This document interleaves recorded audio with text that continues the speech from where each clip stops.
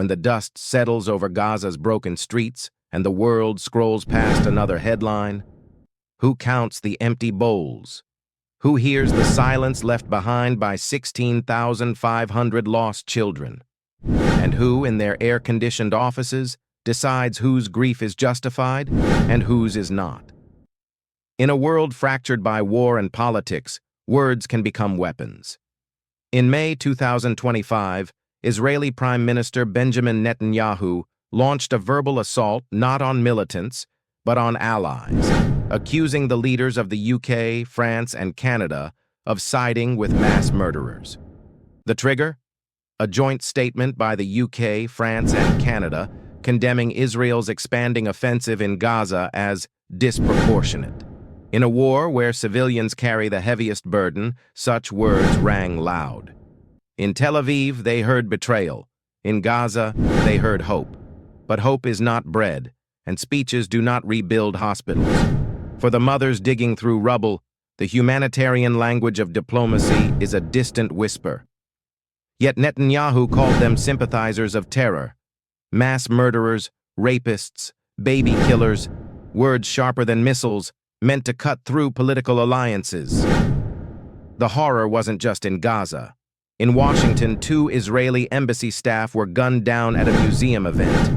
The suspect shouted, "Free Palestine," as he was arrested. The headlines flared. But for Netanyahu, this was more than a killing.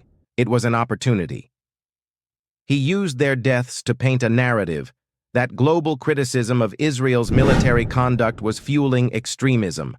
That restraint in war is betrayal in disguise. Since October 7, 2023, the day Hamas breached the border and killed 1,200 Israelis, the war has not stopped, but neither has the cost. In Gaza, at least 53,762 lives have been lost, more than 16,500 of them children. That's not a number. That's a generation.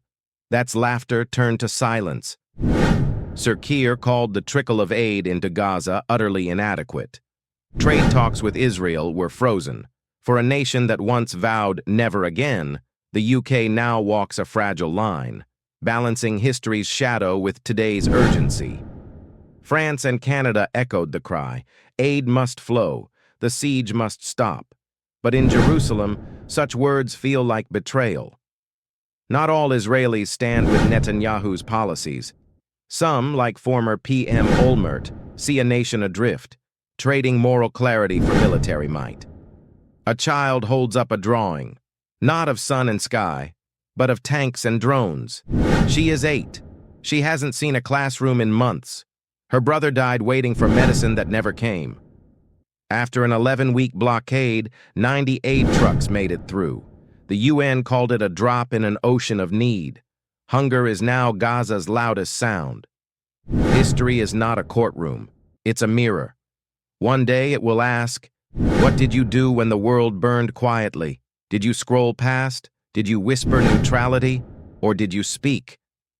Words may be cheap, but silence is a debt paid in lives. The children of Gaza do not need our pity. They need our action. They need our voices, our courage, our memory. Because in the end, the right side of history is the side that remembers the human cost. The world is watching. If this story moved you, don't let it end here. Share it. Speak about it. Write to your leaders. Demand accountability. Demand humanity.